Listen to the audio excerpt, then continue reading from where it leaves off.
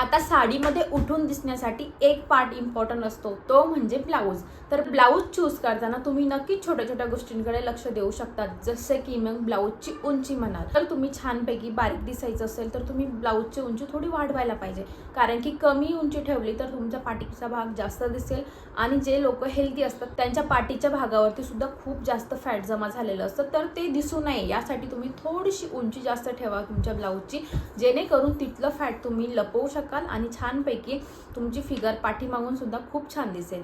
स्लीव्सकडे तुम्ही विशेषतः लक्ष द्यायला पाहिजे, जेणेकरून तुमचा जो दंडाचा भाग आहे तो तुम्ही छानपैकी लपवू शकता. ज्यांचं कोणाचं वेट पुट ऑन झालेलं असतं त्यांचा वेट इथे सुद्धा पुट ऑन झालेलं असतं, तर तुम्ही जर इतक्या साईजचा ब्लाऊज घातला तर इथून पुढं तुमचा असा जो दंड दिसणार असतो तो खूप जाड म्हणजे मोठा दिसणार असतो.